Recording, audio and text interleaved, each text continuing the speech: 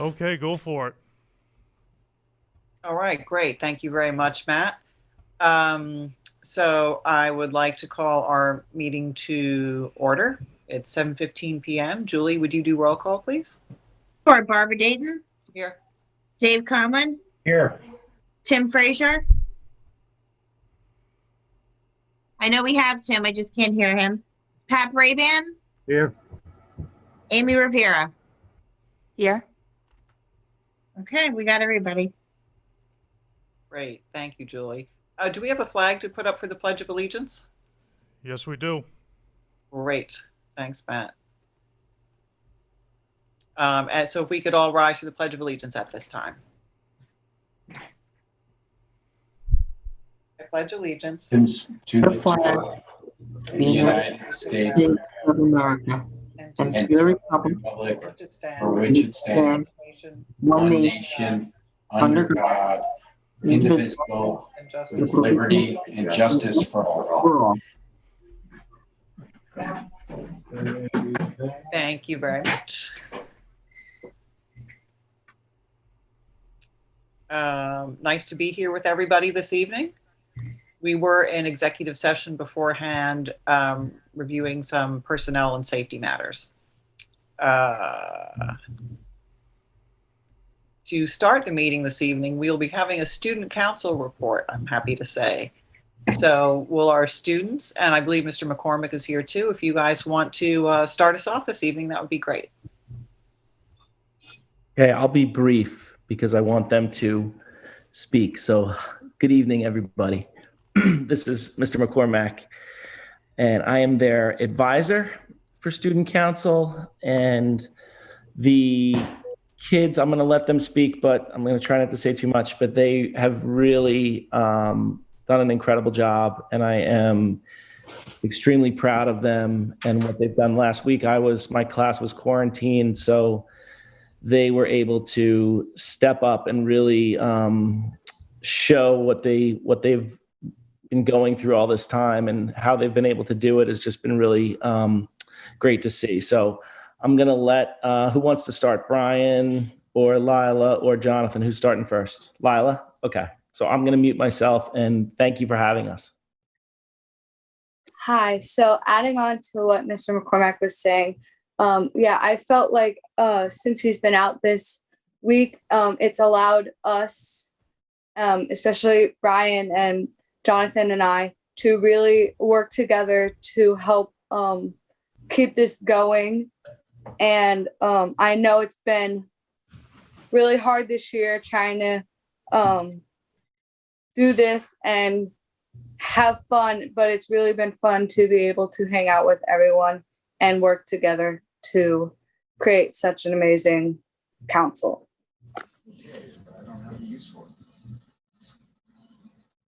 Yeah, I just.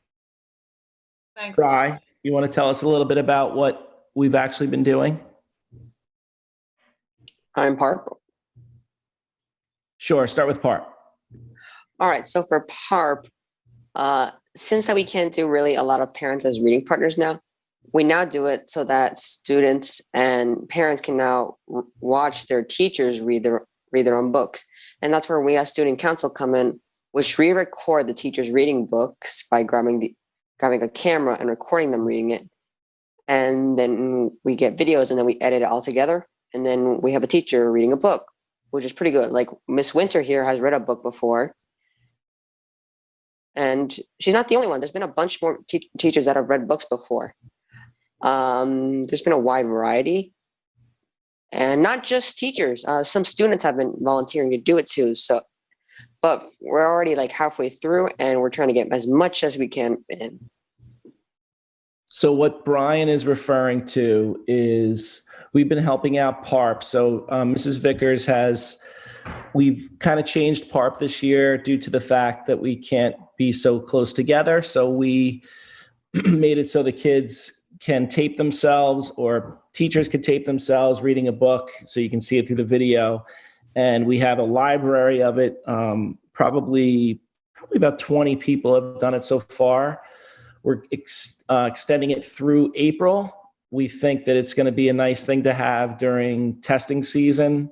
And some of the kids are really excited about doing it. The teachers are really excited about doing it.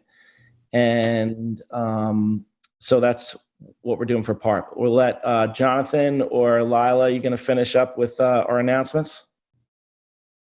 I'm all finished up. As everyone is saying, there's been a lot of contribution. We've been have to take over a lot, but it's really given us a chance to like grow together and develop as members of the student council. There's been many people that have been involved in like announcements. I'm gonna state a couple of names that I've noticed that have been standing out, like Melanie Viscano, Andrew Forrest, Olivia Dodge, and many, many more.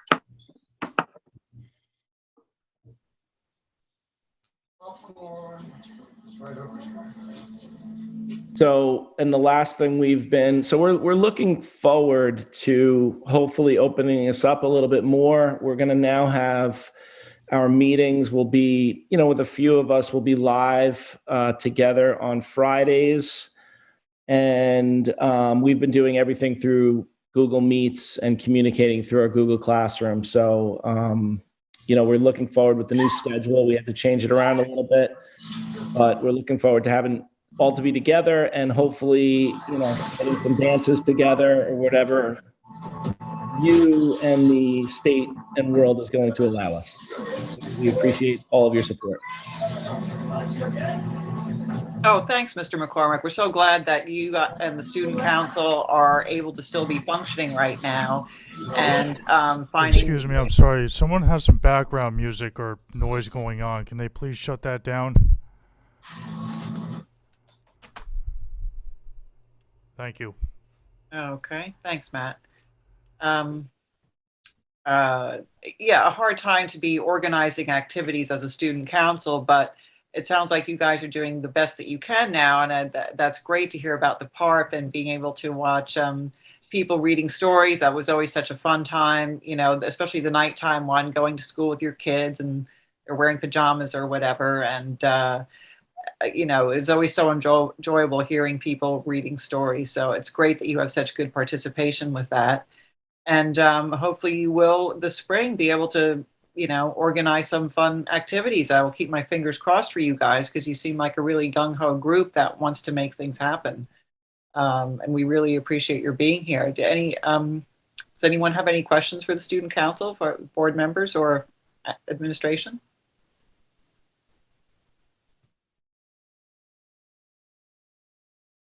Real quick, Jonathan is our resident 8th grader. Lila and Brian are both 7th graders, so we'll have them back. And Jonathan's been active last year as well, so really proud of them. Okay. Yeah, I would just like to thank them all for taking the time to share with us tonight at our meeting. And again, it's very encouraging to see how motivated and engaged you guys are and with your school. It makes all of us as board members feel great that you have that much involvement. And we want to thank you and thank Mr. McCormick for all his hard work too. Thank you, Mr. Frazier. Thank you. All right. Thank you very much, Brian, Lila. Thank Thanks, everybody. Thank you. Night. Thank you. Have a good night. Thank you. Bye. Have a great Nice meeting. job. Thank you. Jonathan. Goodbye. Thank you, Jonathan.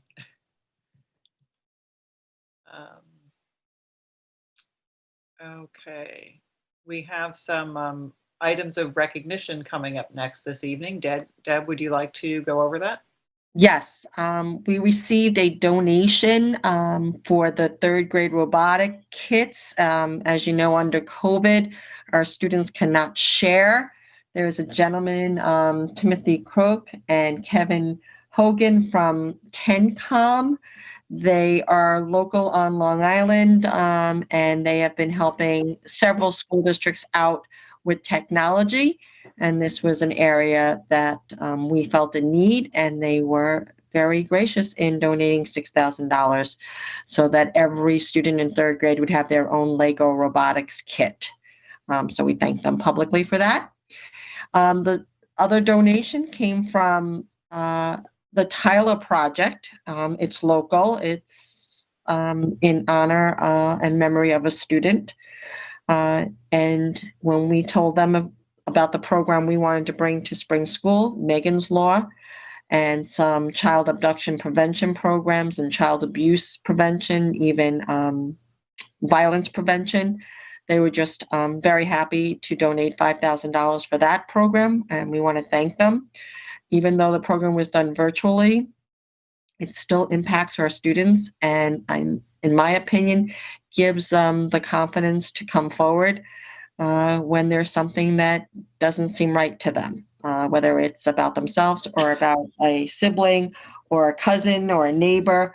The program, it just teaches the students what's right and what's wrong. And we thank Megan's Law and the Tyler Project for their donation.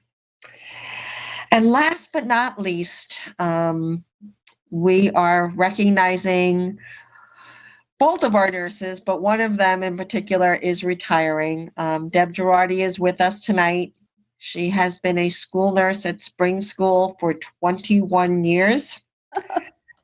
Although I have only worked with her for the last 4 years, I have come to work very closely with her this year, together with Tara Gurney, who she indicates she really twisted her arm to stay on this year.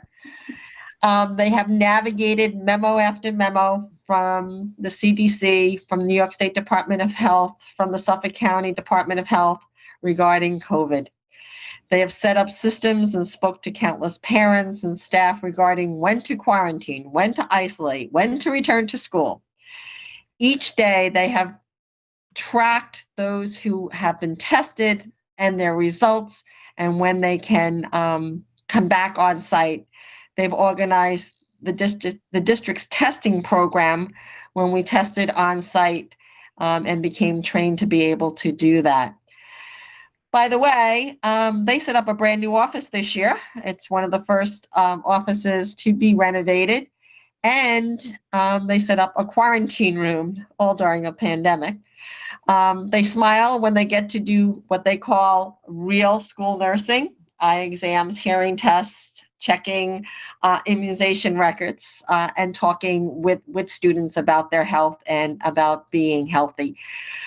Both Tara and Deb have promised to come back and train new nurses and sub for us when they can. It's been really an honor to work alongside both of them this year. We wish Deb only the best in retirement. Thank you for your years of service to the Spring students and their staff.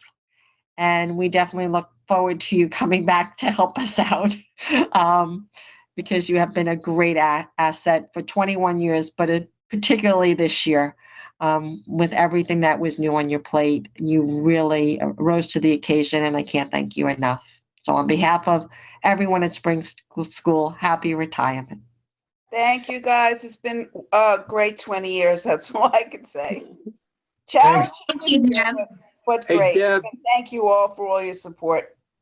Hey, Deb, thanks Absolutely. for taking care of my girls when they were there. They just love you. Thank you. Oh, thanks for taking care of my girl and my boy. They were certainly in your office more than once. Yes. Yep, and thank you for taking care of mine too, Deb. Yes, well, I'm not going anywhere that quick, and as Deb said, available for whatever transition help you need. And I still live in the area. I'm not leaving Spring, so as Deb said, reach out. We're Tara and I are available, and we'll be there for you guys to make a transition, nice, smooth one for you. Yeah, we might need your help, especially with some new staff. So it's good to hear That's that not a you stick problem. around. We're here. Thanks, Deb. Okay, guys, so much, thank Deb. you. Appreciate all your hard work and your willingness to, help out going forward, and just thank you very much. Absolutely. Carrie, did you want to add anything? I'm sorry. That's okay. No, that's okay. Deb, yeah, I just wanted to say, thank you so much. You really have been an integral part to the Springs community and family, and supporting our families, students, and staff with all of your knowledge. medical for in-school things and also out-of-school questions that people ask. And I know that you support them. You've helped us just monitor the student registration and making sure that our kids are safe to come to school, and anything that they need medically for school to be successful. You've helped with that as well. Continue to just help our students from kindergarten with their ice bags to our middle schoolers to get them ready for sports. And it's really been a pleasure the past 8 years getting to know you and working alongside you. And I know you're going to have a wonderful time in retirement and maybe become a travel agent. So good luck and we'll miss you. Well, I also want to say it was a team effort. We had a great team this year from the beginning, setting up everything since the summer started to get school open. And it's wonderful. It's really a big support system there, and everybody really played a large role. So I thank you all again for that and the help and the support and getting us through the COVID. And hopefully COVID will be something that's not such time-consuming efforts moving forward for the next school year. So that's the most important. And I thank you for that. Thank you, Deb, and thank you to Tara too, your right-hand lady. Absolutely. And the support and diligence of her. So thank you both. We really appreciate both of you. We'll be around. Have a good evening. Thanks, Deb. Thank you. Thank you. Bye-bye.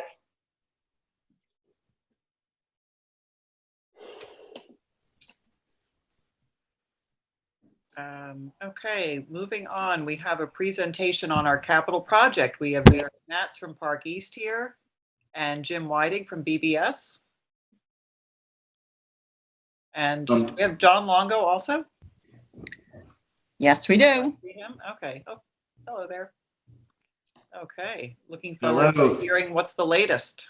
Good evening. I'm trying to share my screen. It says the host disabled participant screen sharing. Stand by. That's my fault. Okay. Can everyone see it? Yes. All right, wonderful. Well, again, thank you for having us tonight, and look forward to giving you guys an update on the project status as of March. And tonight's presentation is going to provide that work progress through March, what is planned for April, and then some photos associated with some of the most recent work that's being completed.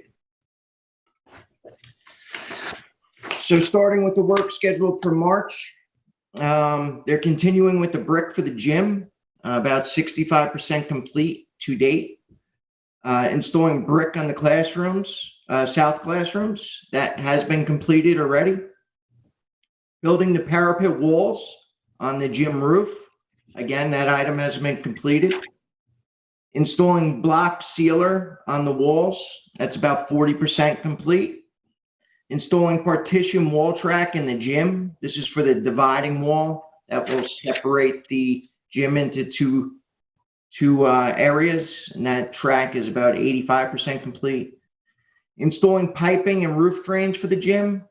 That work has also been completed.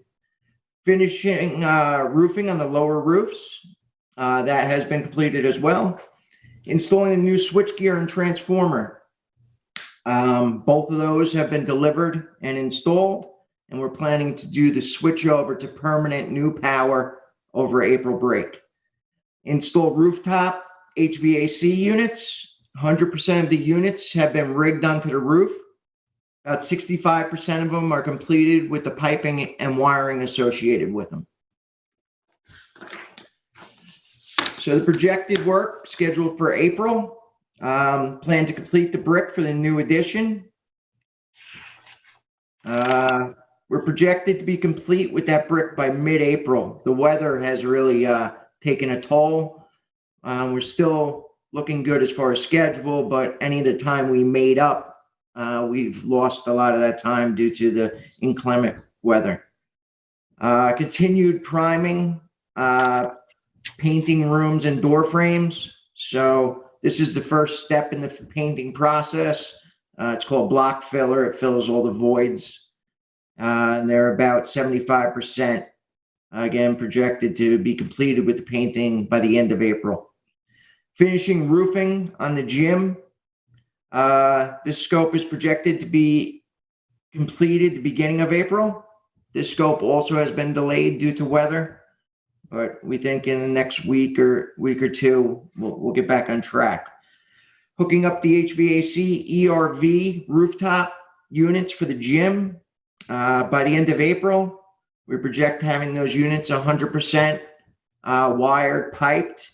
And once we do the switch over to power, we plan to turn on those units and utilize the heating components for the finish work associated with the new addition. Painting the classrooms, as I stated before, the block filler is being installed currently. Once that block filler is done filling the large voids, then they'll come and do 2 coats of the finished paint.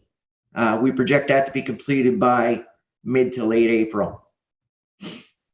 Starting ceiling grid in classrooms. This scope is not yet started, but once the paint is done, the ceilings will follow shortly behind that, followed by light fixtures and grills for the heating system.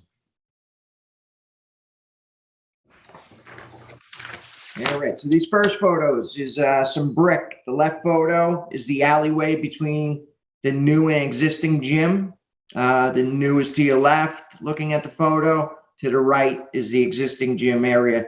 You can see the insulation, the cavity wall. That's that black material just above the brick.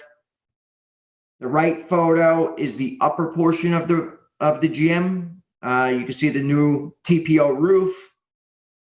Since this photo, the flashings have been installed, and it's very close to being watertight.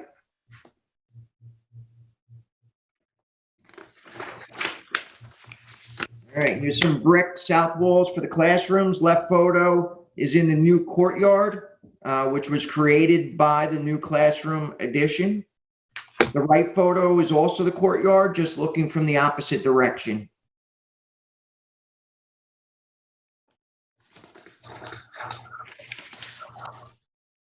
Here's some photos of the parapet up on the roof. You can see the wood blocking, the treated lumber in the left photo. In the right photo, that opening is one of the upper windows for the gym. That will be cow wall. It's like opaque material that allows natural sunlight in, but you can't see through it.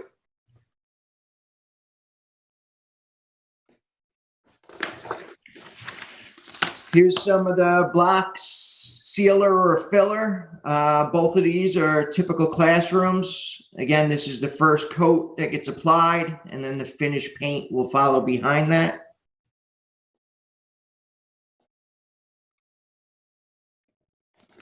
All right, this is in the gym. This is the track that I mentioned in the opening.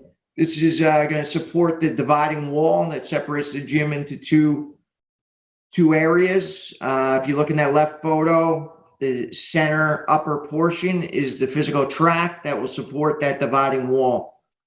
The right photo is the same track, again, just looking from the opposite direction.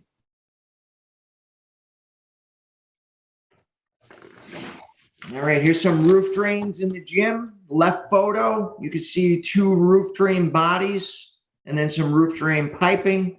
One of those roof drains is the primary. The other one is a secondary overflow, which will provide a visual cue for the custodial staff. If they're clogged on the roof, they'll be able to see down below that the water's coming out of the scupper, which will prompt them to clean out the roof drain. The right photo is just further back, showing you the piping and some of the insulation at the hangers. Next step, once the roof is 100% watertight, they'll fully insulate those lines.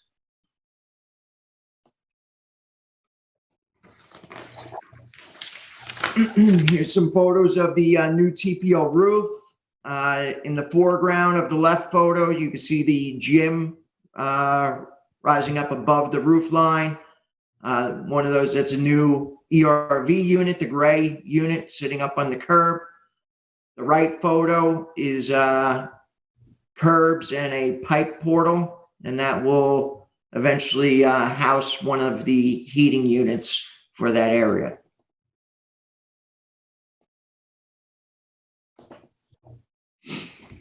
Okay, this is the left photo is the transformer, which has since been put in its place and hooked up. The right photo is the new switch gear. Again, over April break, the plan is to get the lion's share of that work done and shortly thereafter switch the buildings over to permanent power that will come from these two devices.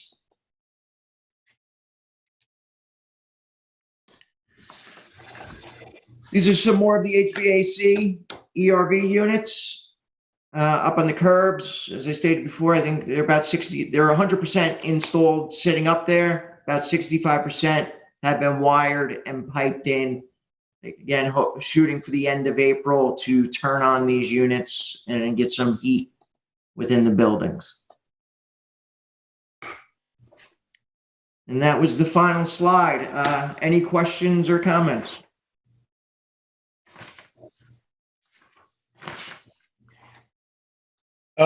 In the gym on the ceiling, it sounds like you're going to insulate some of that, but is any of that going to be exposed? I'm not asking that in a bad way, in the sense that sometimes a little exposed look is attractive. I forget what the ceiling's going to look like in the gym. It is exposed in the gym, so it'll be insulated, and then it will be painted once the installation is complete. But yeah, it's an exposed deck in that location. Yeah, that's good. I like that. Any other So questions? you mean the metal look of the roof, that is what will be exposed? Yeah, I'll go back to it. So this will be painted, but you will see the structure. Right, okay. These lines will be insulated once they're fully insulated. I'm not sure, maybe BBS knows the color scheme. Sometimes they have multiple colors up there. Jim or John, do you know off the top of your head? It's one color, the beam and the deck. All the bar joists will be a lighter color. It'll match with the hanging structure for the backboards of the basketball apparatus. The walls will be a slightly darker gray to that to kind of offset it. But it'll be a very bright space. And then there'll be other colors in there with the wall padding and the bleachers, and then the wood floor, of course, will add a lot of, color to that. And then, that whole wall that faces, I guess it's east or towards the northeast, I guess, is going to get all that light coming into the room. So it'll be very bright during the day. Yeah, these upper photos and the right photos show you where you'll have your window systems to allow the natural light in. Other questions, comments? As you were talking about some things being delayed, I know we were so excited at first because you guys got sort of ahead of the game where we had planned on originally due to the school being closed, but have had some delays. So at what point in this process will we have a firmish idea of when it will be done in terms of thinking about, coming back to school in the fall?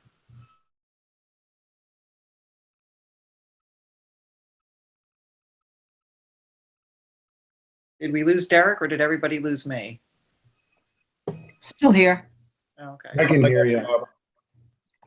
Right now we're tracking the progress of the contractors. They're giving us 2-week look ahead updates at the construction meetings to see where they need to be making up time if they're lagging behind. We'll probably have to have like a reevaluation meeting with everybody just to kind of sit down and look at the schedule and then start hitting some target dates moving forward. Especially trying to finish up spaces so that we can figure out when the building will be ready, but you want to get in there and start giving the custodial staff time to get in there, do what they need to do. So there's going to be some close coordination that we're going to be planning as we move forward, especially through the summer. That's when we're going to make up a lot of ground. Typically contractors start to pulled together. We don't have as many restrictions with, getting around the site and everything. So, we should be able to have a better indication of where we stand probably at next board meeting to say, we're looking ahead towards, the opening and turning the building over, sometime in August as planned. Yeah, my apologies. I got disconnected. It was convenient timing for Jim. So, thanks for hopping in. But I believe I heard the gist of the question. It was relative to schedule and some of my statements regarding delays due to weather. Right, delays in terms of catching back up. I was just, Jim was explaining that maybe by next month's meeting, you might have some more ideas of how timing for the wrapping up of the project later in the summer, and how we can get a better when those dates will be tightened up a little bit. Sure, I would definitely agree with Jim and say by next board meeting we could give more specifics related to that. It's not at a point that I'm personally nervous. We think we made up a good amount of time going into the winter, and we just lost some of that made up time. So we still don't think there's any jeopardy in completing this project on time. We just lost a little bit of cushion, and we're constantly looking at it and trying to figure out areas where we can tighten it up.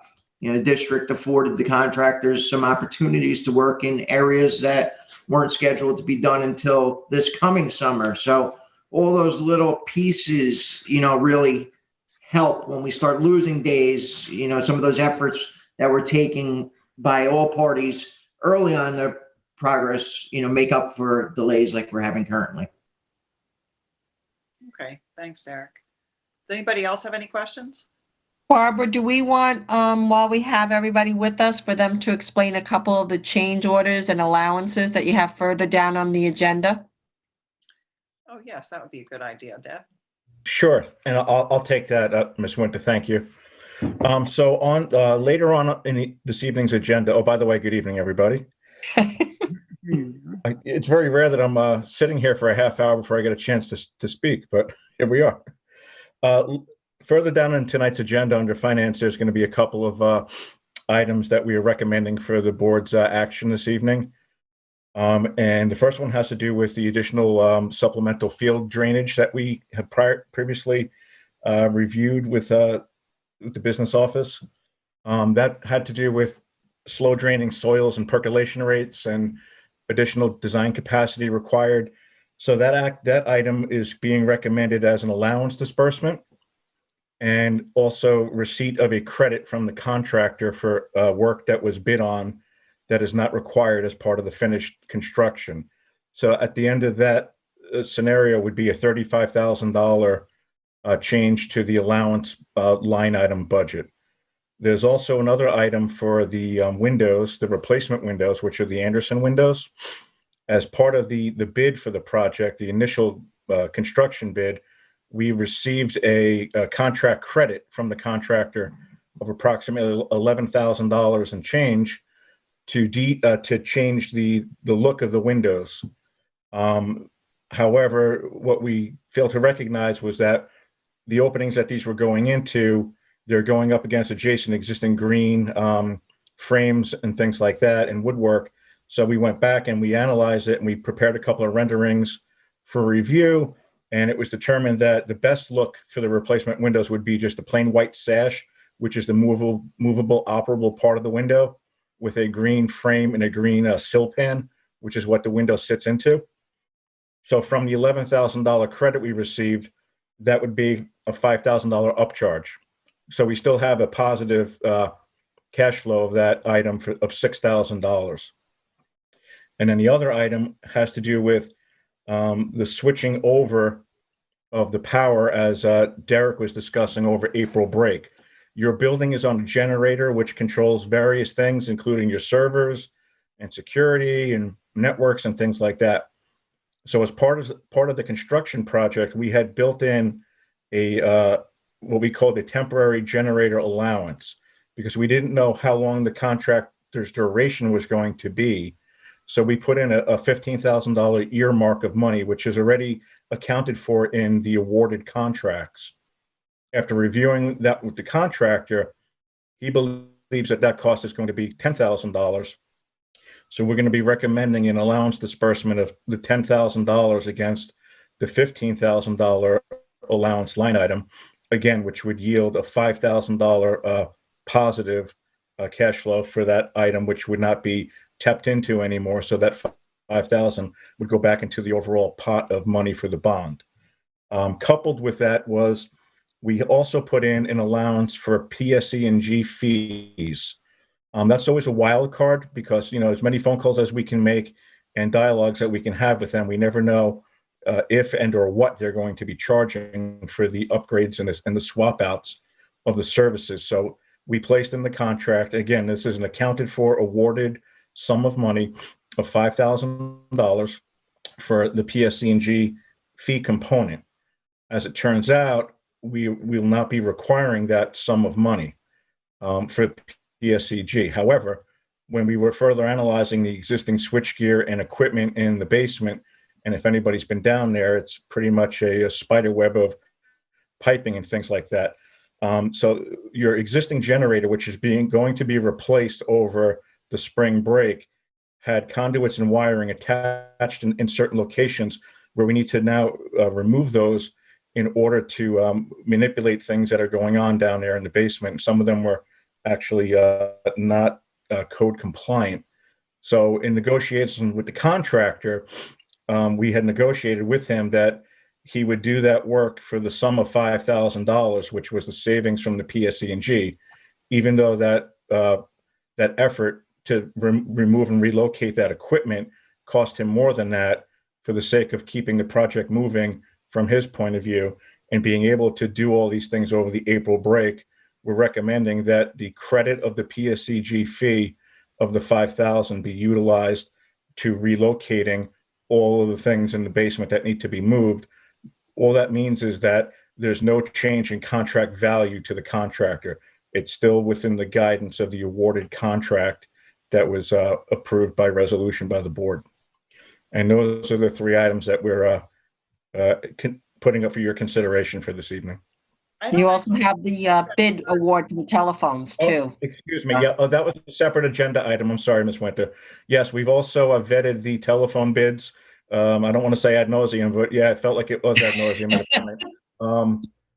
So we've narrowed that bid down, and we've come to a place where, after reviewing with administration and the needs of the school and IT and technology and everybody, all the stakeholders, if you will, at the spring school, we feel like we've presented the best possible equipment package and or vendor for your consideration, which is the EC2 contract that we've put up for resolution this evening.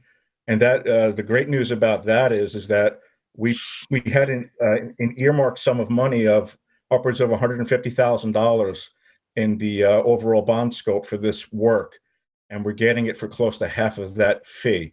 So again, you know, we're looking at the forest, right, not the trees. So again, there's more money than that shifts back into the overall scope of the bond dollars to either offset other items and or embellish certain things along the way. And so, you know, like I said previously in other arenas with you guys, is, you know, we're always shepherding and looking after your dollars.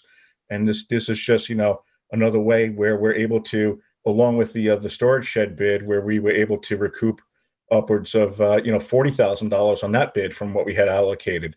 So we really feel like, even though I'm asking you guys to approve the expenditure of some allowances, we're in a really good place with where we are right now in terms of your overall budget for this phase 2 project. Thanks, John. As I'm looking at our agenda here, I just don't see that other item that you were talking about, the PSEG or the generator stuff. I see Land Tech with the drainage, and then Stalco Right. with the windows.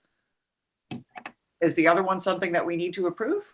Yes, and I believe it was on. I think it may have gotten on there late, Ms. Dayton. It would have been under JVR. I don't know if Julie, if that's on the online or the printed agenda. It's L. JVR is L, Barbara. Is it L?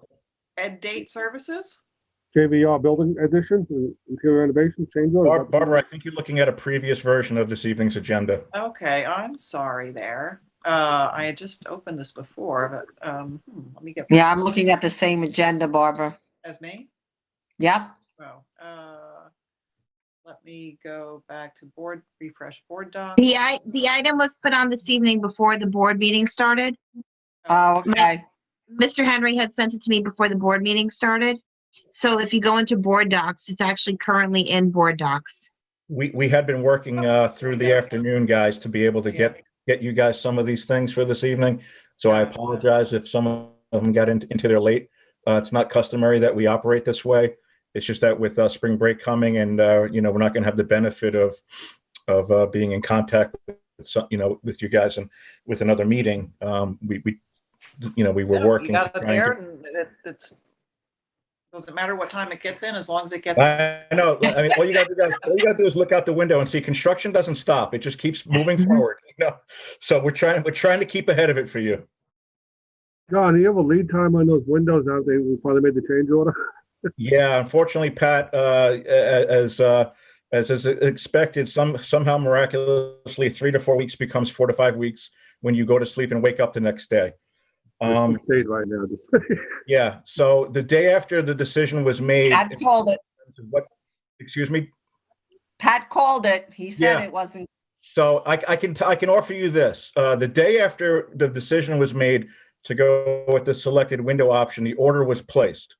Having said that, we were told yesterday that it's 4 to 5 weeks, and within a week they will tell us what we are, 4 or 5 weeks, which we don't know.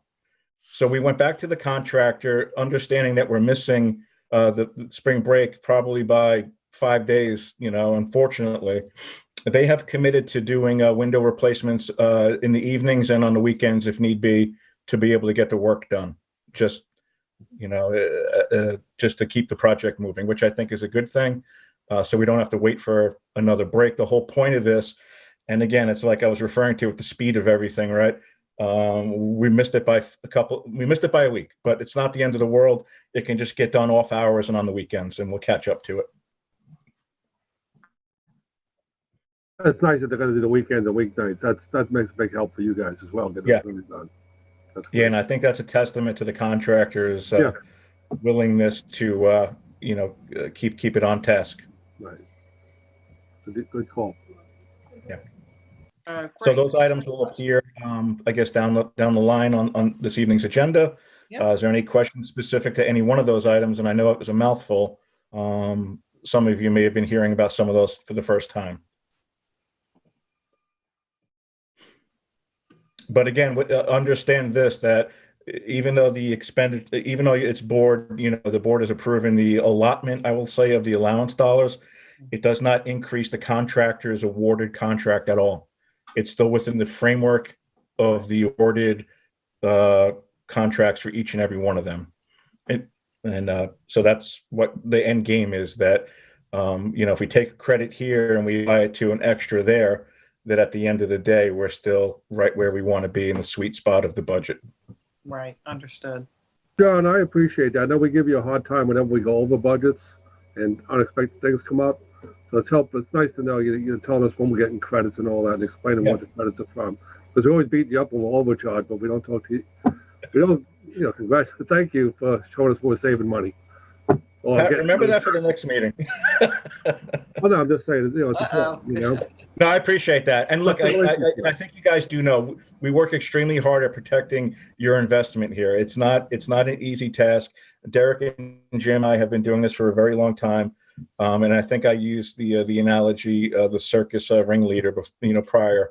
It's constant, trying to keep the wheels on the bus and keep it moving. Well, we know we are in very good hands with you guys, so we really appreciate all your efforts for us. Thank you. Great. Okay. I know your meetings your meeting's starting to grow hair. So, do you have any more questions? Thank you, John. All right, guys. Thank you. Have a wonderful evening. With us, we'll see you next month. Great. Thank you, guys. Enjoy your spring break. Thank you. Or are we meeting before? I don't even know. We are, I think. I hope so. Okay. Take care, guys. Bye. Bye-bye. Have a good night. Thanks. Night. Good Night, night. Tim.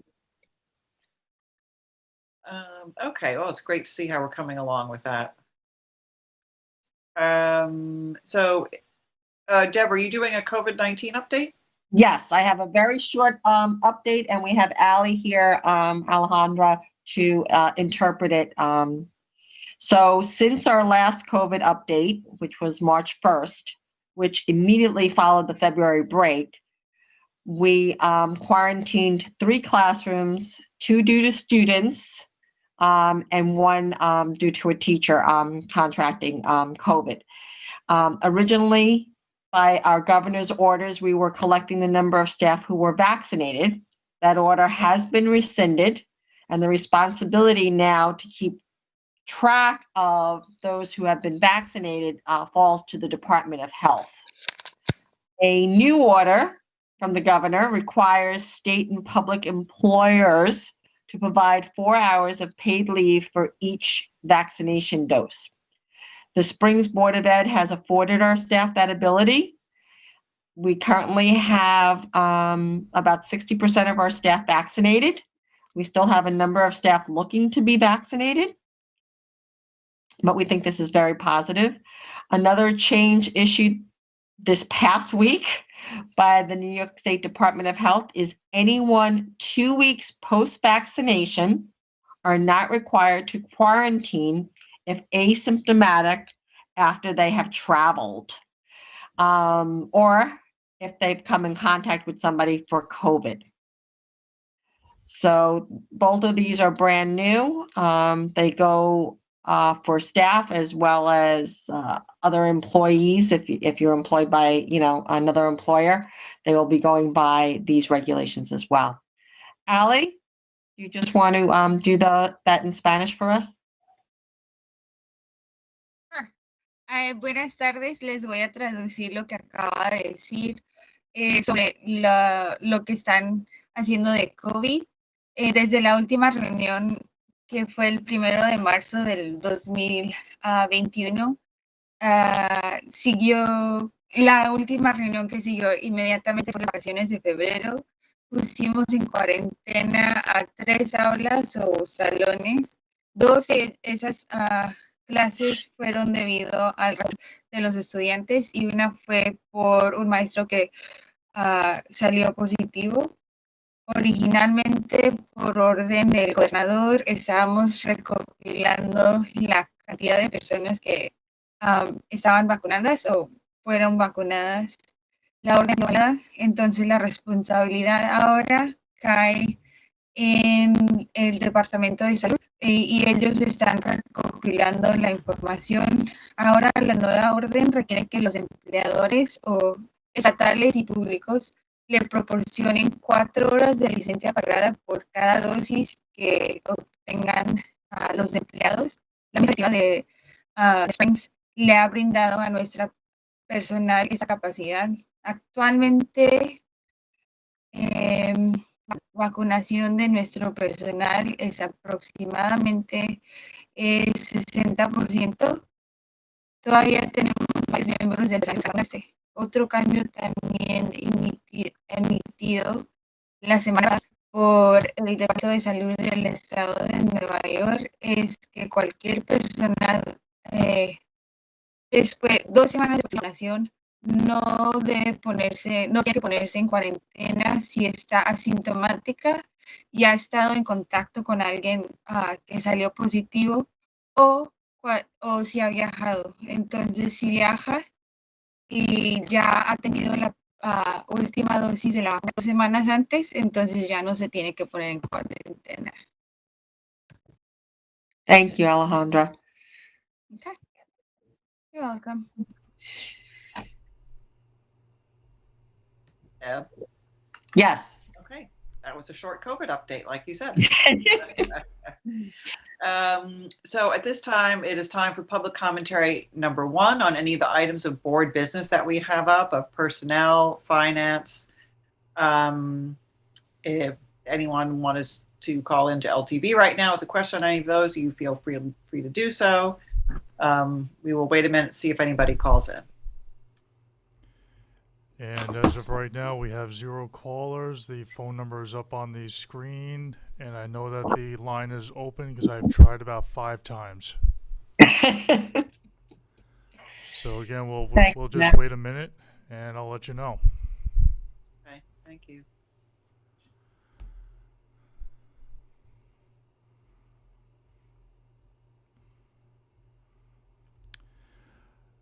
And Alejandra, this is LTV.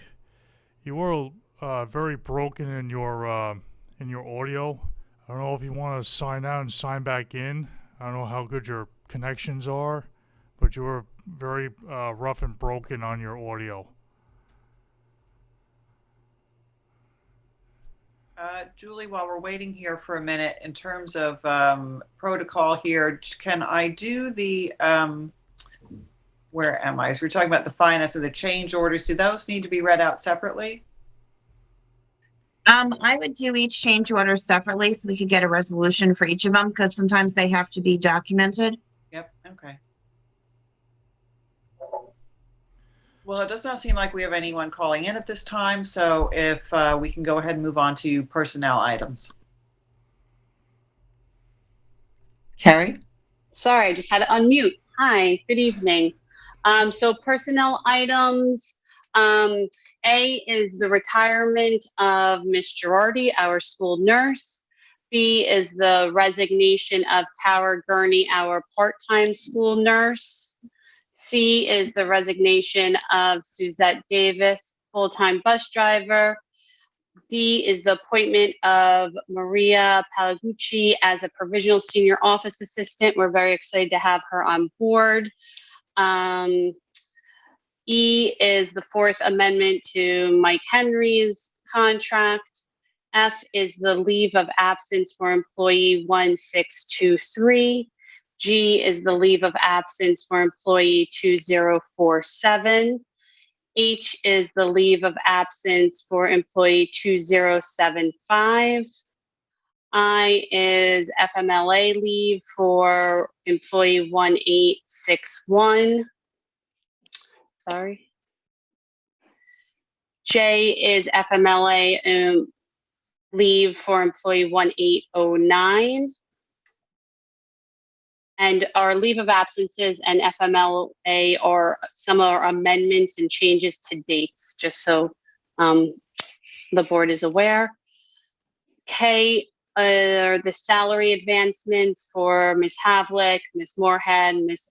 Elliston, as per their contract. L are appointments of substitutes. Jessica Acapina, full-time, not full-time, sorry, permanent sub 4 days a week. Luis Aguilar, permanent sub 4 days a week. Leslie Soria, school monitor, and Marguerite Doyle, school monitor. And M is chaperoning. We had some teachers say yes, they would help us out for morning arrival. So that's Melissa Dexter, Salvador Scott Olavino, Megan Kelly, and Morgan Bach is M.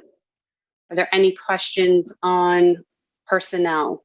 We have a Carrie and a walk-on. Okay. Right? Yes, for the sports, the coaches. Okay, and is that 6 weeks, 9 weeks? 6 weeks, prorated. Mike shared those rates with you, Carrie, or I shared it with you. I had the original rates, Deb. Julie, do you have them? I did the ones that we did, Deb. So Julie, I gave it to Julie, so she had the whole resolution. So I'll let Julie read the walk-on resolution. But do you want them to accept A through M first? Yeah, we can do that. Okay, and then we'll do the walk-on. Yes, okay, definitely. Okay. Any questions from the board at this time? Then do I have a motion to move personnel items A through M to consent agenda? I'll make the motion. Second? Second. All in favor? Aye. Aye. And Julie, if you could read the last one out then, please. Sure. Be resolved that the Board of Education hereby approves the following coaches for fall sports commencing March 22nd, 2021 through May 7th, 2021 for the stipend amounts listed below as per the collective bargaining agreement between the Springs Union Free School District and the Springs Teachers Association. First, we have John King Girls Soccer, Year 4, Level 3, at a prorated rate of $3,387.71. And then we have Vincent Alversa, Boys Soccer, Year 22, Level 3, at a prorated amount of $3,895.87. Then we have Owen McCormick, Girls Tennis, Year 1, Level 3, at a prorated amount of $3,218.33. And Robert Mayer, Boys and Girls Cross Country, Year 1, Level 3, prorated amount of $3,218.33. Okay, do I have a motion?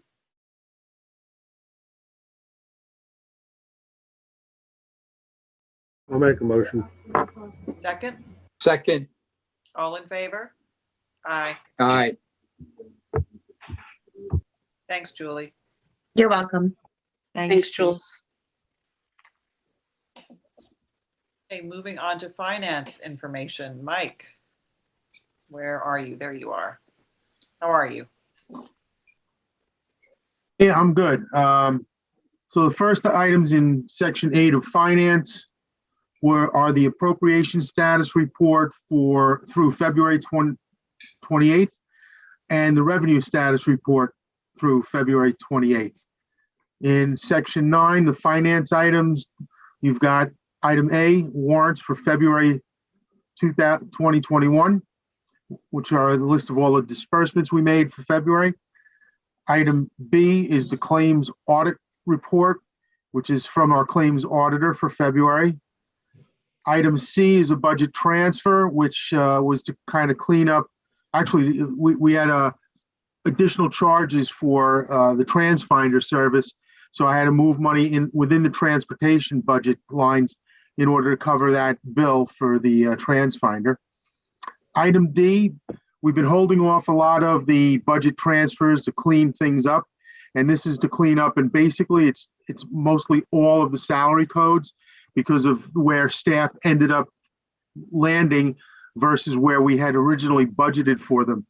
And that typically happens every year, that we've got to make some movements of people around, and sometimes within our system, we have to do a manual budget transfer in order to make sure the budget money moves with those people. Item E is the donation for $6,000 for the robotics kits, as mentioned earlier this evening. Item F is our treasurer's reports for October, November, December, and January, which is basically the summary of the bank accounts and the bank reconciliations. Item G is the donation of $5,000 for the Megan's Law training, which also was introduced earlier this evening. Item H is a contract with Southampton Union Free School District for health and welfare services. And this is primarily for some of the kids that attend the Catholic school in Southampton that are from Springs, that we are required to reimburse them for the health services that they provide for those students while they're attending that school. Item I is the bid award for the telephone, district-wide telephone contract.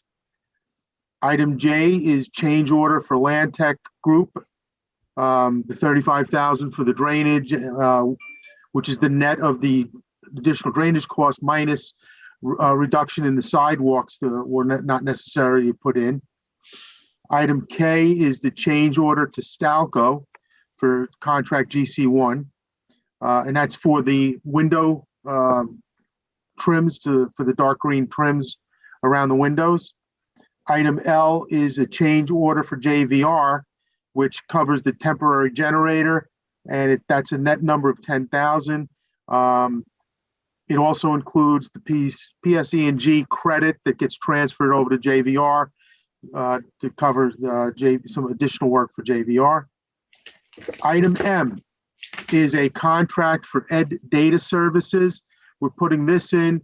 This is a service where our teachers, our staff can go online and set up and order supplies. Right now, they're using Amazon, and Amazon is a system that's extremely cumbersome.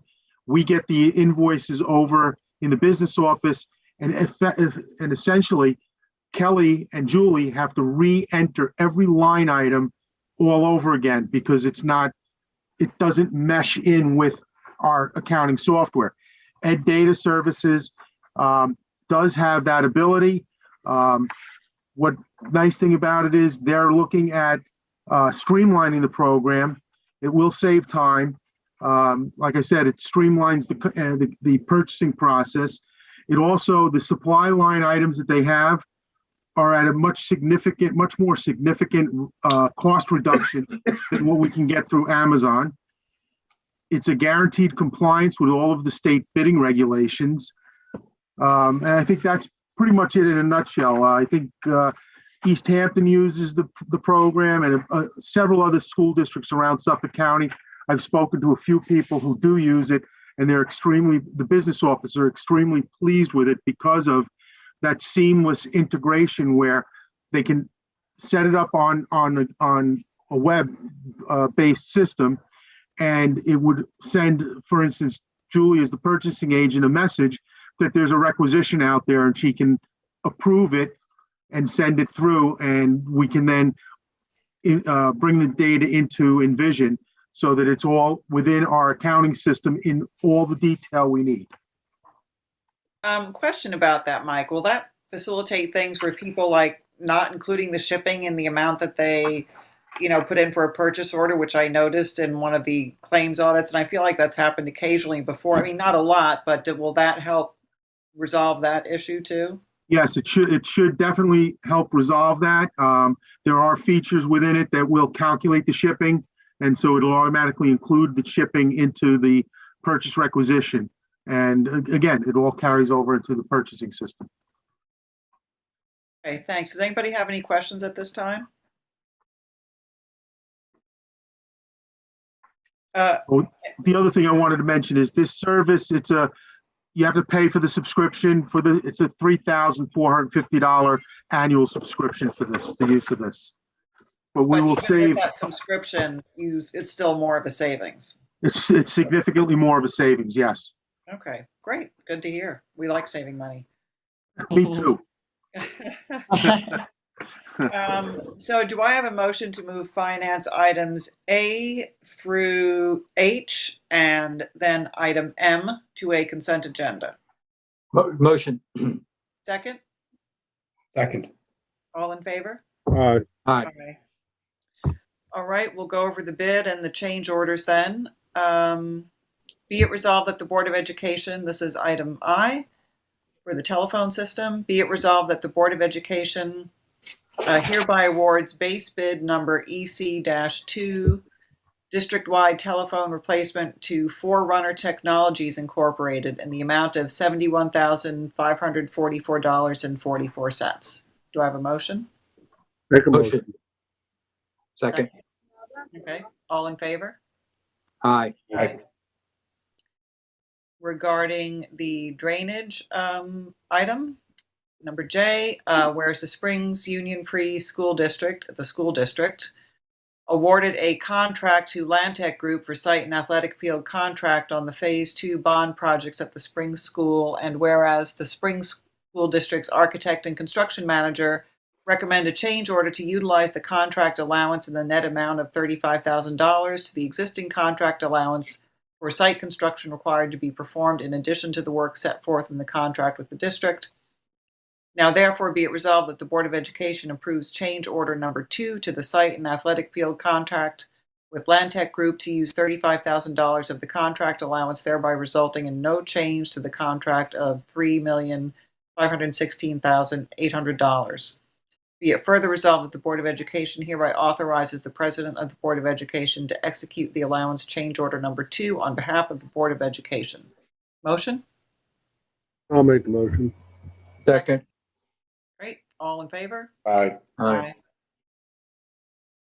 Change order regarding the windows. Whereas the item K, whereas the Springs Union Free School District, the school district awarded a contract to Stalco Construction for building addition and interior renovations contract on the Phase 2 bond projects at the Springs School. And whereas the school district's architect and construction manager recommend a change order to utilize the contract allowance in the net amount of $5,126.49 to the existing contract allowance for site construction required to be performed in addition to the work set forth in the contract with the district. Now therefore be it resolved that the Board of Education approves change order number 1 to the building addition and interior renovations contract with Stalco Construction to use $5,126.49 of the contract allowance, thereby resulting in no change to the contract of $9,219,700. Be it further resolved that the Board of Education hereby authorizes the President of the Board of Education to execute the allowance change order number 1 on behalf of the Board of Education. Motion? Motion. Second? Second. All in favor? Aye. Aye. And then item L, change order for JBR and regarding the generator. Whereas the Springs Union Free School District, the school district awarded a contract to JBR Electric Incorporated for building addition and interior renovations contract on the Phase 2 bond projects at the Springs School. And whereas the school district's architect and construction manager recommend a change order to utilize the contract allowance in the net amount of $10,000 to the existing contract allowance for site construction required to be performed in addition to the work set forth in the contract with the district. Now, therefore, be it resolved that the Board of Education approves change order to the building addition and interior renovations contract with JVR Electric Incorporated to use $10,000 of the contract allowance, thereby resulting in no change to the contract of $9,219,700. That's the same amount as the last one. Same contract, I think. Oh. Yeah, I'm not sure what happened there, but It's the same contract, Mike. Oh, yeah, I know. I don't know why. Okay. I had it. I don't know. Okay. Be it further resolved that the Board of Education hereby authorizes the President of the Board of Education to execute the allowance change order on behalf of the Board of Education. So I just want to clarify that this is saying JVR, but this is part of Stalco then? No, it is JVR. I don't know why. I thought I had put in the original contract number, but it seems like it didn't. What is the correct number of that? I'm looking.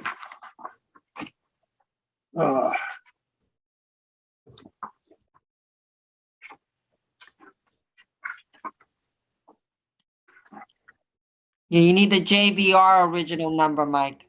Yeah, I know. The original contract number was $1,980,485.98. That has to be corrected. Yep. Does it have to be, I mean, can I just say that, or does it have to be written down in the agenda? You could. I think you could just say it, and we'll just make the manual adjustment after the fact. Great. So let's just go back to, now therefore be it resolved that the Board of Education approves change order to the building addition and interior renovations contract with JVR Electric Incorporated to use $10,000 of the contract allowance, thereby resulting in no change to the contract of $1,980,485.98. Yep. Be it further resolved that the Board of Education hereby authorizes the President of the Board of Education to execute the allowance change order on behalf of the Board of Education. Do I have a motion? Motion. Second? Second. All in favor? Second. Aye. Aye. Great, thank you. And we can move on to special education at this time, Carrie? I think you skipped over that contract for Ed Data Services. No, I included that when we did the. Oh, okay. Very good.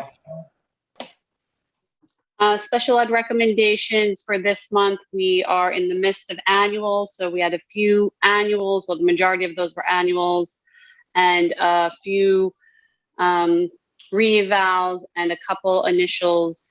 And we had our meetings with East Hampton High School. They went well. East Hampton High School will be having a functional academics life skills program next year. So we're excited for that. More information as I get it to you. Okay, great. Thanks, Carrie. So. Be it resolved that the Board of Education hereby accepts the recommendations from the Committee on Preschool Special Education and the Committee on Special Education, CPSE cases 1 through 4, and CSE cases 1 through 33. Do I have a motion? Motion. Motion. Second. Was Tim. Okay, all in favor? Aye. Aye. Thank you, Thank you. Carrie. And time for Christine Clary with the the principal report.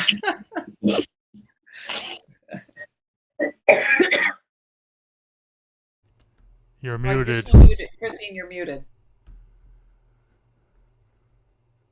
Sorry about that. Good evening, everyone.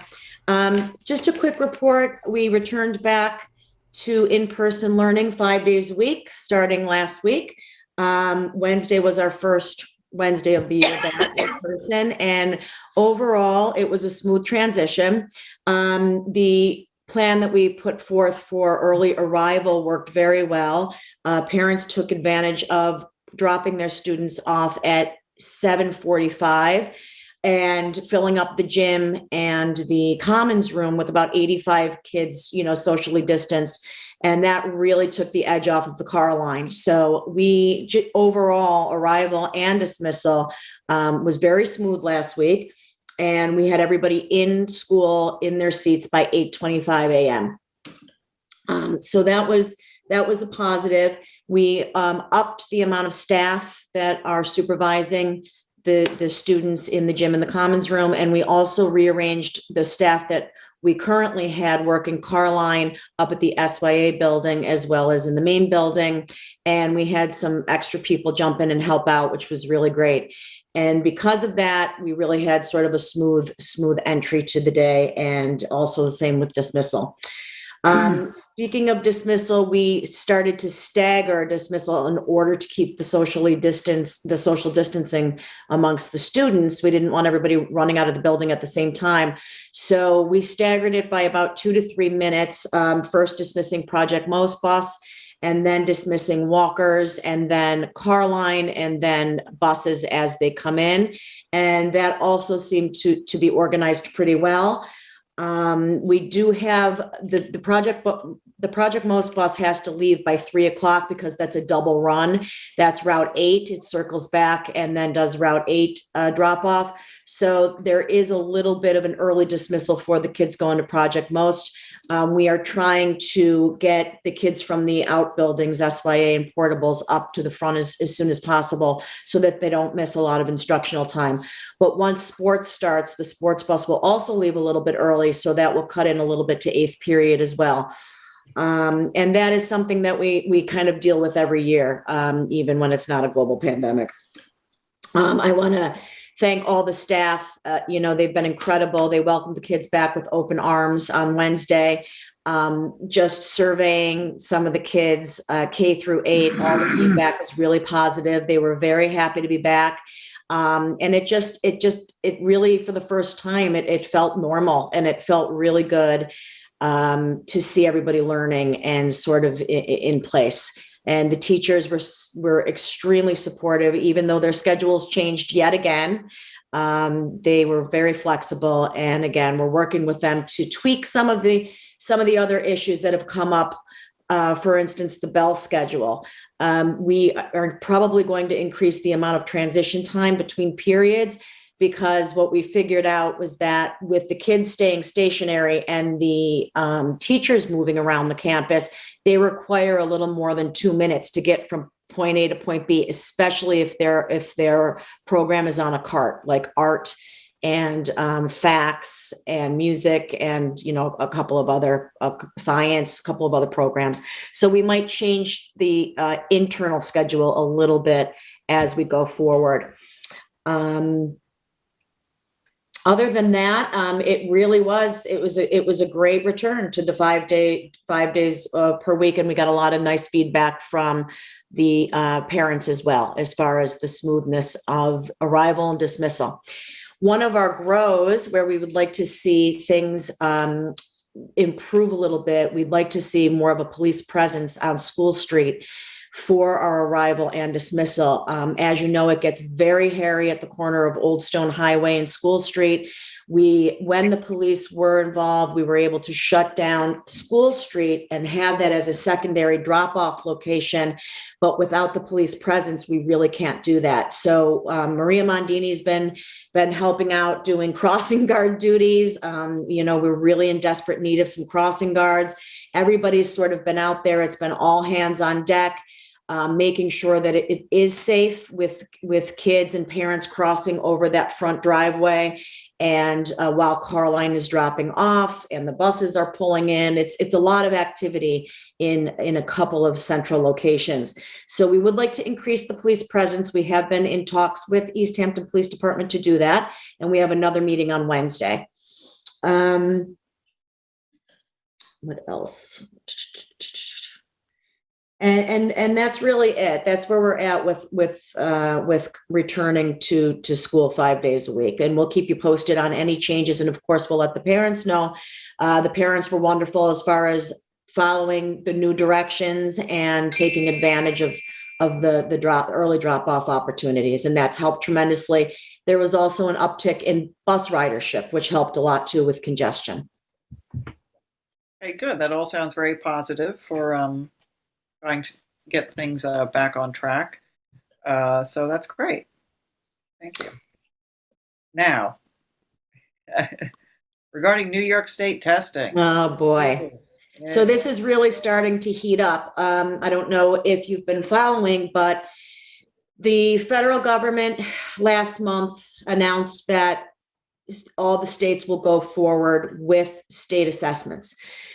The states aren't too happy about that for various reasons. So New York State has filed a waiver. They filed a blanket waiver to postpone or cancel all New York State assessments as they did last year. The federal government denied that blanket waiver. So New York State Ed is getting creative now, and they just put out a press release today. They held an emergency meeting and they made revisions to the 2021 diploma requirements. So even if we have to go ahead with the state assessments, they're able to tweak those assessments. For instance, for the New York State ELA and math 3 through 8, it'll only be 1 day of testing as opposed to 2 or 3, depending on the test.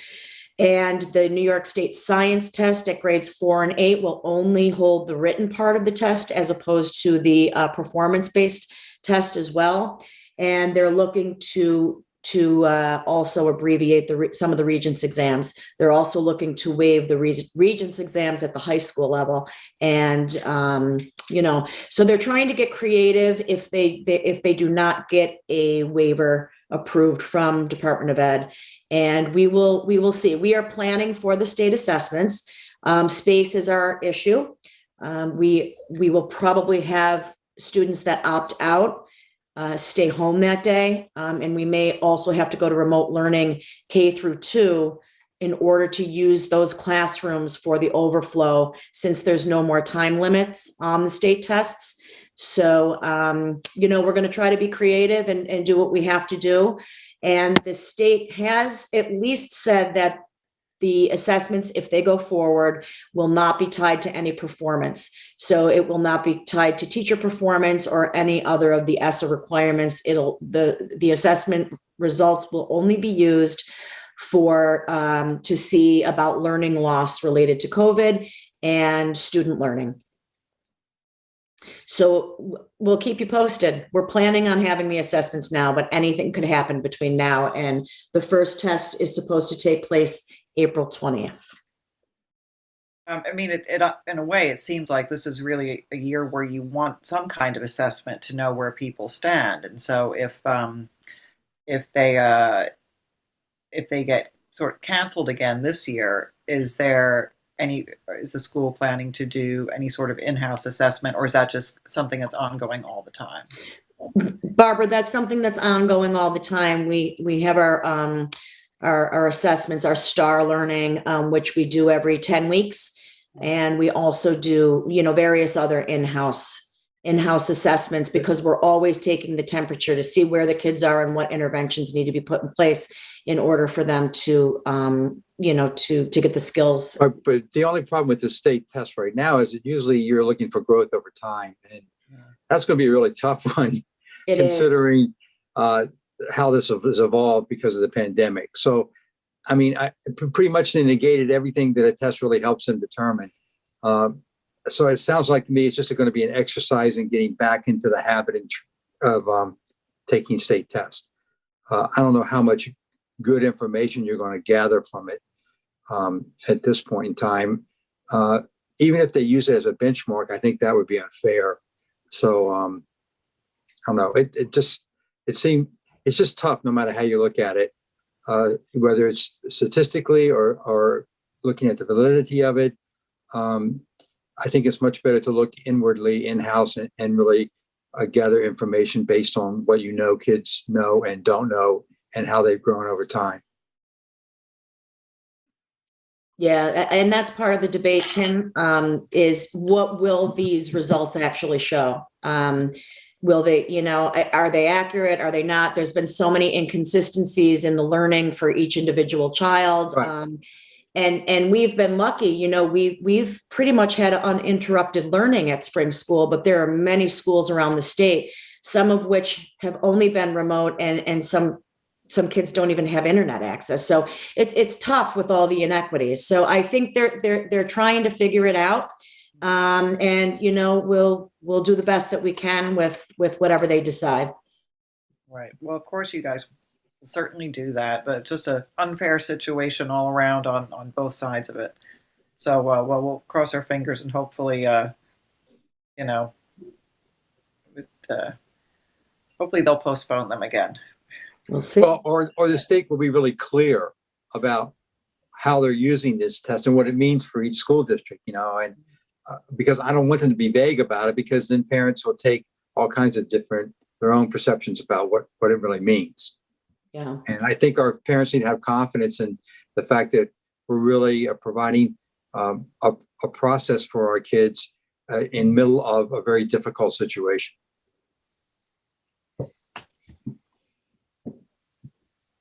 Anybody else have a question for Christine right now? Christine, what did you say about the high school? About the high school with the regents and? They are looking to it. The Board of Regents did emergency. They're talking about emergency revisions, and so they might decrease the amount of regents exams at the high school level. And allow kids that are enrolled in regents classes and pass those classes in-house, they may not have to take those regents tests. So it goes from like 8 regencies to 4 regents exams. So, like our kids, the way it affects our kids, our kids in advanced math and science, they would still need to take the Algebra 1 regents, and they would still need to take the earth science regents. Those are 2 that are included in the revised requirements. Gotcha. Okay, well, thank you very much, Christine. Appreciate it. You're welcome. Our superintendent now. So our enrollment report has not changed very much from last month. But what I do want to point out, going into our budget season for next year, our enrollment in the 8th grade is about 18 students different from the previous year, which is going to help our budget for next year. So that's significant. The other grade that we're keeping an eye on is that 4th to 5th grade. That enrollment is under 60. So we will make recommendations regarding that as we get closer to budget season. But otherwise, everything else is pretty much the same. And that is including our 27 homeschooled students and 14 students that are on remote.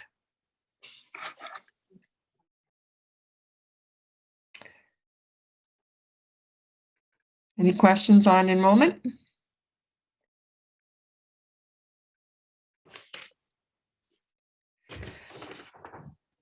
Barbara, you want me to go into the incident on Monday?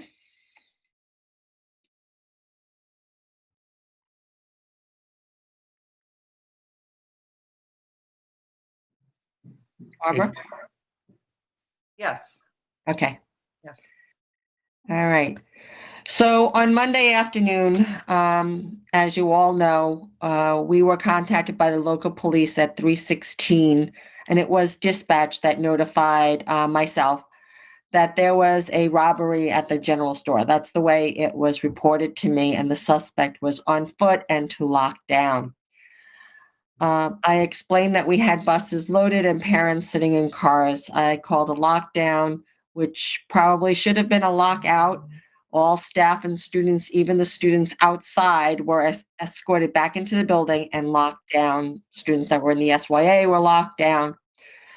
Bus drivers were notified to stay in place, and their buses were loaded, as I didn't want to chance bringing those students back into the building, nor did I want to release them into the community with somebody that was on foot. By the time we were notified, Project Most bus and the special ed bus had already left, as did all of our walkers had been dismissed. Everyone got home safely. We had an all clear about 4 p.m. Parents were notified immediately by text. Many, unfortunately, did not receive the text as they were sitting on car line due to poor service. Our security guards notified the parents that were sitting in cars of the situation. I cannot be more proud of the staff, the students, even our parents who were very patient on car line with how everybody responded on Monday afternoon. You talk about a perfect storm. It was a perfect storm. It was 3:15.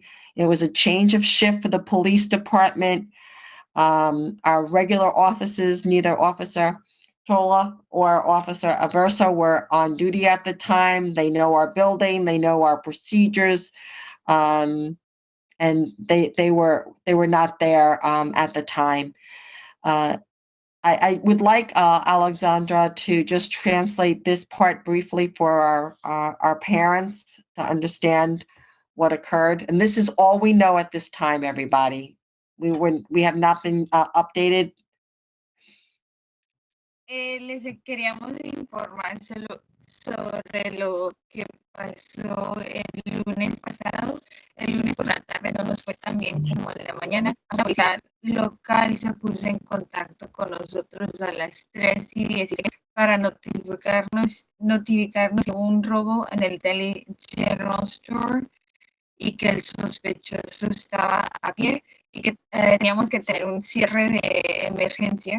Entonces se le explicó a la policía que teníamos estudiantes en los autobuses. Los autobuses estaban llenos y que habían padres esperando en sus autos, esperando a recoger a sus hijos. Se llamó un bloqueo o un cierre de emergencia y probablemente puede haber sido un cierre patronal. Entonces, todo el personal y los estudiantes, incluso los estudiantes que estaban afuera, todos fueron escoltados de regreso al edificio y encerrados. Todos, gracias a Dios, llegaron a casa y tuvimos un todo despejado como alrededor de las 4. Entonces los padres fueron notificados inmediatamente por mensaje de texto, pero muchos no recibieron el mensaje por la recepción mala que tenemos en esta área, y muchos esperando en sus carros en la escuela. Los guardias de seguridad le notificaron a los padres que estaban sentados en los autos de la situación. No podría estar más orgullosa de nuestros estudiantes, el personal y los padres. Ahora sabemos que se pueden hacer más preguntas a la policía. Era cambio de turno en la estación de policía, entonces los dos policías que están como más, que tienen más noción de la escuela de nosotros, estaban en cambio de turno. Y ya hemos hablado han hablado con el oficial Toya, y estuvo de que debería haber habido una mejor comunicación, pero hubo situaciones muy difíciles. Ya han asignado varios personal más personal adicional a diferentes partes de la escuela para cuando salgan y entren los estudiantes a la escuela. Thank you. We debriefed with Officer Toya on Tuesday. She agreed that there should have been better communication with the police department. They were it was an active investigation at that point. She would have called the incident a lockout, and she would have recommended either returning students from the buses to classrooms or moving the buses off campus. We have since reached out to sports time and can move our buses to sports time. Moving them to Ashua Hall or to Presbyterian Church, which are our other locations, would not have helped since the investigation was right down the street from the school. Parents are not permitted into the building. They should stay in their car, and if the police had been present on the site, they probably would have escorted the parents off and away from Old Stone Highway and away from the school and the general store. We had assigned additional staff to Ed Heltz Lane and the SYA building. You approved that supervision tonight. After exhausting all of our TAs, we want to thank our teachers for stepping up and doing supervision. And you have those, they were approved. Thank you. On Friday, I spoke with Officer Averso by phone, and he also agreed that there could have been a police officer assigned and would have taken charge of the scene at the school, but they were in a change of shift. And we're meeting with him actually on Wednesday with our architects to work on our plans for our cameras so that we can have better coverage with our new construction of the tennis courts, the basketball courts, which, by the way, are owned by the town, but they're on our property, and there are no cameras back there. The cabinet will revise the emergency response plan, meet with all our partners, local fire department, police department, and our staff. And once it's revised and reviewed by the ERT team, it will come to the Board of Ed for approval and then uploaded to the state based on our meetings. And we will not print new copies at this time, but we will instead make all revisions known to our staff and send that out electronically to our staff. Alejandra? Ya hablaron con el oficial Toya el martes. Como decíamos, tendría que haber sido llamado diferente el incidente, tendría que haber sido un cierre patronal y la oficial Toya hubiera recomendado que se devolvieran todos los estudiantes, los que estaban subidos en el autobús, que se devolvieron a las aulas, o que se sacaron los autobuses del área. Los padres también podrían quedarse en el automóvil o se podían ir, pero no se les podía permitir entrada al edificio. Ya han sido asignados bastantes o más personal en dos áreas diferentes de la escuela, uno en Heltz Lane y uno en el edificio de la parte de atrás, el SYA. Después de los asistentes auxiliares para obtener ayuda adicional en la mañana y en la tarde para la línea de automóviles. Varios maestros se han acercado para ayudar. En la agenda de lunes por la noche ya se acaban de aprobar varios maestros que ayudarán con la llegada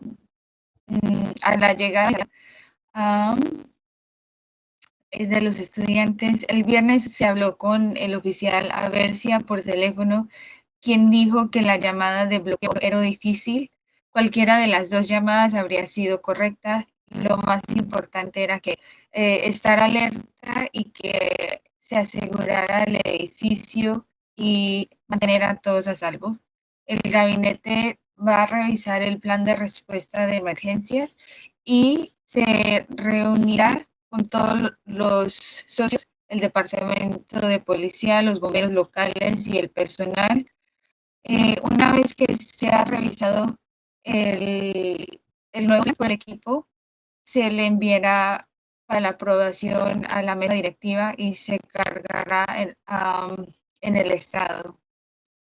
Entonces no va a imprimir nuevas copias, sino que se las van a enviar por correo electrónico a todo el personal y sí se van a imprimir las copias para los que no tengan acceso a una computadora.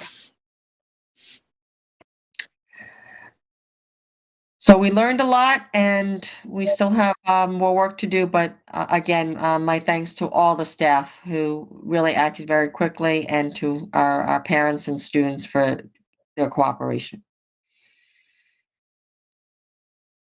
Thanks, Deb. It sounded like a real, team effort to keep things safe and moving smoothly for everyone. Thank you.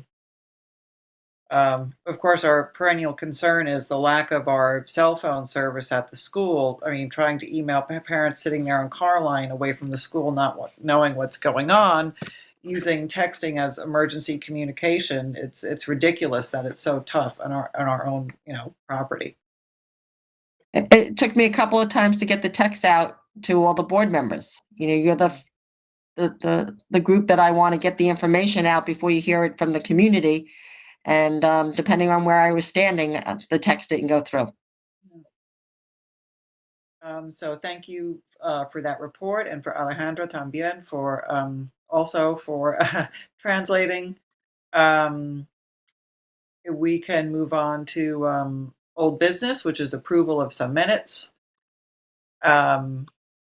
So be it resolved that the Board of Education hereby approves the minutes from the February 1st, 2021 work session and the budget work session number 1 and the February 8th, 2021 regular meeting. Do I have a motion? Motion. Second? Second. All in favor? Aye. Aye. And then we have the school. Oh, this is draft 6.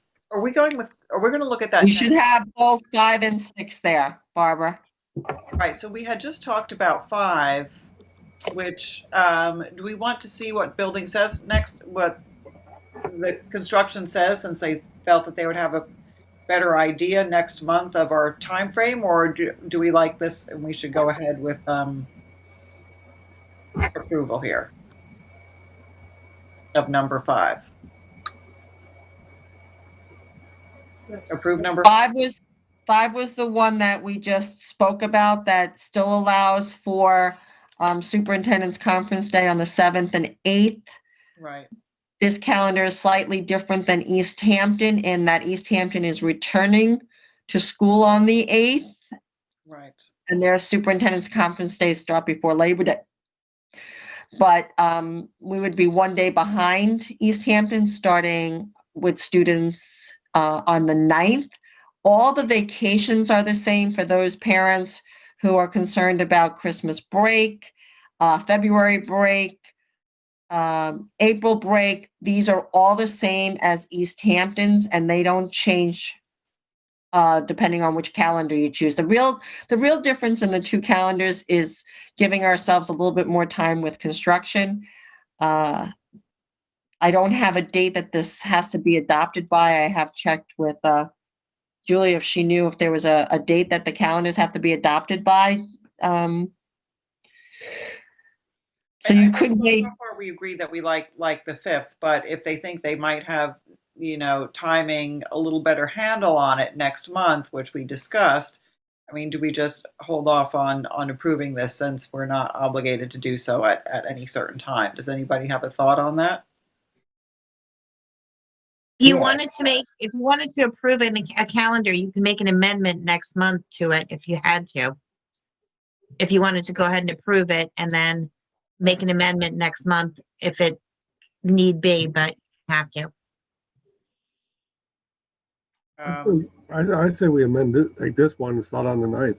It's only, it's one day different. And it kind of pushes pressure on getting everything done. Right. Okay. That's fine. Ready to go ahead and approve this one? Yeah, the 5th draft 5. Right. Draft 5.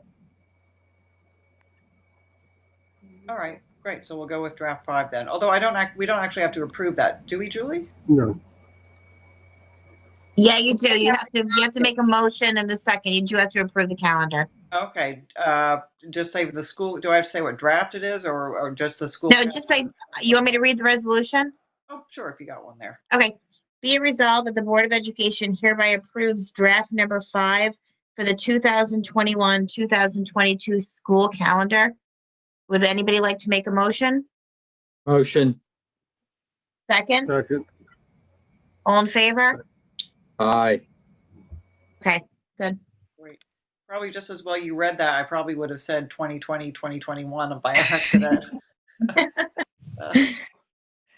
Thanks, Jules. So, No problem. Thank you very much. We have time now for public commentary number 2. If any members of our audience, if there's anyone there, have any questions about items that we've discussed or any other topic or comment. The number is there on LTV for you to call it. And as of right now, we have 0 callers. Thank you. Thanks, Matt.